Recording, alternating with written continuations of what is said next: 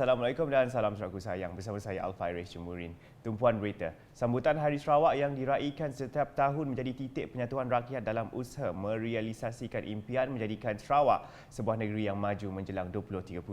Premier Sarawak Datuk Petinggi Tan Sri Dr. Abang Abdul Rahman Zohari Tun Datuk Abang Openg berkata, apa yang lebih penting ialah semangat seluruh rakyat Sarawak untuk memakmurkan negeri ini sesuai dengan tema sambutan Sarawak Makmur dalam apa jua kapasiti dan peranan tanpa mengira latar belakang agama dan kaum.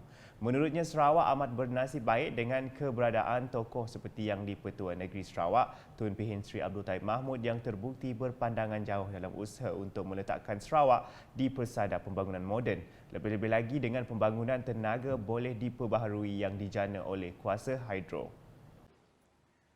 Sebagai pewaris kuasa, mentadbir negeri ini, kola bagi pihak rakan-rakan dalam kabinet ingin memberi jaminan bahawa kami akan berusaha sedaya upaya untuk meneruskan usaha membangunkan Sarawak sehingga menjadi negeri maju berpendapatan tinggi menjelang 2030 insya-Allah.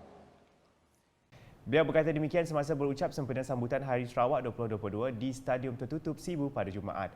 Simbolik perasmian sambutan Hari Sarawak 2022 telah disempurnakan oleh Tuan Yang Terutama yang di-Pertua Negeri Sarawak, Tun Pehin Sri Abdul Taib Mahmud.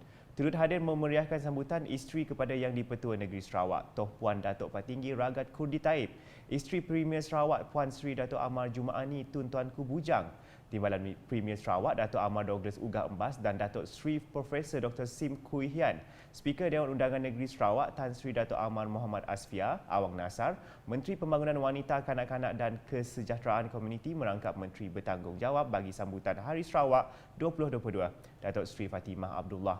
Setiausaha Kerajaan Sarawak Datuk Sri Muhammad Abu Bakar Marzuki, Barisan Menteri Kabinet Sarawak serta tetamu kehormat yang lain.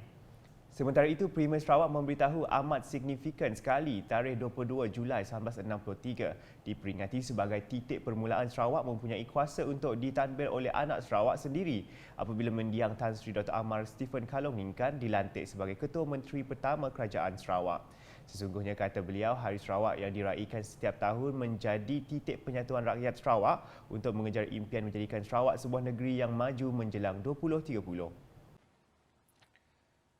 Pada tahun ini, dengan transisi kepada fasa endemik, kita boleh mengadakan perayaan yang lebih besar untuk memperingati peristiwa bersejarah anak Sarawak diberi kuasa untuk mentadbir negeri sendiri genap 59 tahun yang lalu pada hari ini. Si berasa dah 59 tahun. Dalam pada itu, Premier Sarawak menegaskan perjanjian Malaysia 1963 MA63 tidak boleh diubah dalam apa jua cara dan dalam apa jua bentuk. Jelas beliau, perjanjian yang membawa kepada pembentukan Malaysia itu serta melibatkan Malaya, Singapura, Borneo Utara, kini Sabah dan Sarawak memang tidak boleh diubah. Sebaliknya, kata beliau, pindaan kepada perlembagaan persekutuan penting bagi memastikan hak-hak Sarawak akan dapat dikembalikan seperti dipersetujui dalam perjanjian. Suggestion for MA63 to be changed should not have been made at all. More so when some of the existing rights and privileges of Sarawak have either been eroded or yet to be honored after 59 years. The only thing left to do is for the federal government to fully honor the agreement of the founding fathers of this nation in the spirit of Keluarga Malaysia and not drag its feet.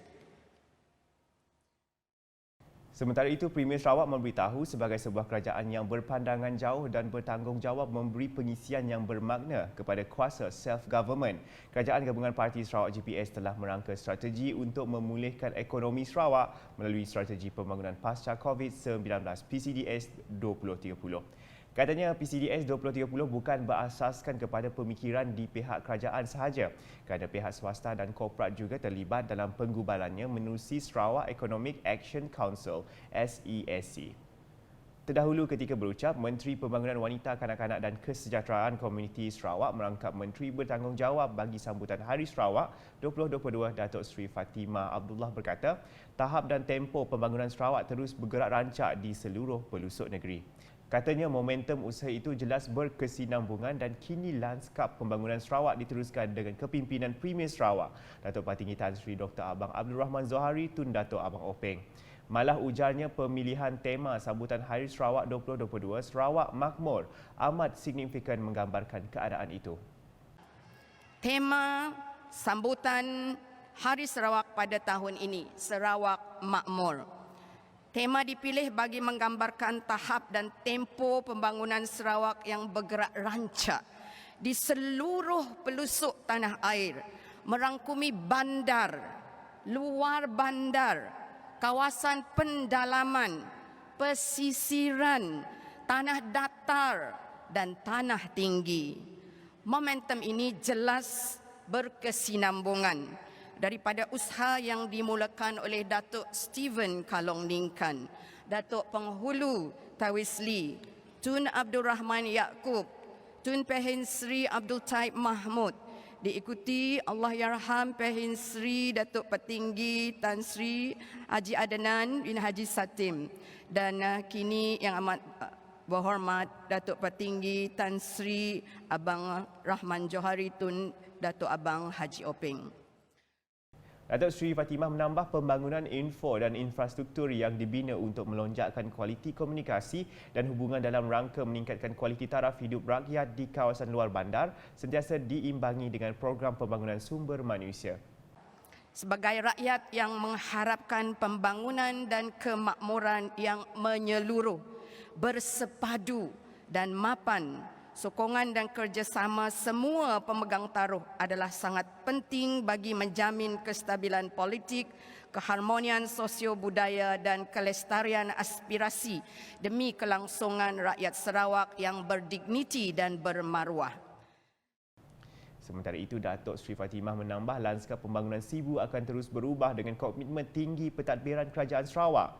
Menurutnya, beberapa inisiatif yang diambil Kerajaan Pimpinan Premier Sarawak, Datuk Patinggi Tan Sri Dr. Abang Abdul Rahman Zohari, Tun Datuk Abang Openg bagi merealisasikan pembangunan itu termasuk di Sibu. Di Sibu, pembangunan semula kawasan Bukit Asik akan dilaksanakan walaupun terpaksa mengambil masa panjang untuk merealisasikannya. Kita dimaklumkan bahawa pembangunan Taman Bishan Ang Mo Kio ialah jambatan orang putih lah katanya dalam bahasa Malaysia. Di Singapura akan diguna pakai sebagai model pembangunan semula Bukit Asik yang memfokuskan kepada konsep pembangunan landscape bandar dan pengurusan air. Apabila siap nanti, sudah tentu ianya akan mengubah corak pembangunan di Bandar Sibu di samping menjadi satu mercu tanda yang baru. Dalam pada itu, Datuk Seri Fatimah juga mengimbas sumbangan besar Tun Pehin Sri Abdul Taib sejak menjadi Ketua Menteri. Dalam kita menyambut Hari Sarawak di Sibu dengan tema Sarawak Makmur pada tahun ini, sukacita saya mengingatkan kita semua tentang sumbangan besar ke arah kemakmuran yang telah dimulakan oleh Tuan Yang Terutama Tun Pehin Sri Abdul Taib Mahmud semasa beliau menjadi Ketua Menteri Sarawak. Memang tidak ternilai banyaknya pembangunan yang telah dilaksanakan oleh beliau di Sarawak, termasuk di Sibu melalui falsafah dan konsep politik pembangunan. Sambutan Hari Sarawak 2022 yang berlangsung di Sibu disambut penuh meriah dan warna-warni dengan menampilkan kepelbagaian keunikan rakyat Bumi Kenyalang. Persembahan pentas yang mengetengahkan kebudayaan dan keharmonian kepelbagaian kaum Sarawak tampak mewarnai sambutan yang dimeriahkan dengan kehadiran lebih 1,000 hadirin. Artis-artis tempatan turut memeriahkan sambutan Hari Sarawak 2022. Sementara itu, masyarakat di Lunduk turut tidak melepaskan peluang meraihkan sambutan Hari Sarawak yang kembali diadakan secara fizikal selepas 2 tahun disambut secara sederhana. Keterujaan jelas dilihat apabila seawal jam 7 pagi lagi penduduk setempat hadir ke Town Square Lundu bagi memeriahkan sambutan hari penuh bermakna itu yang dirasmikan oleh Ahli Dewan Undangan Negeri Adun Tanjung Datuk, Azizul Anwar Adenan pada Sabtu. Semasa berucap, Azizul menzahirkan rasa syukur dan gembira melihat semangat yang ada pada diri setiap masyarakat untuk menyambut hari bersejarah itu meskipun cuaca hujan. Alhamdulillah, walaupun dengan cuaca yang mungkin tidak melebihi kita, tetapi kita semua masih dapat ramai berkumpul di situ.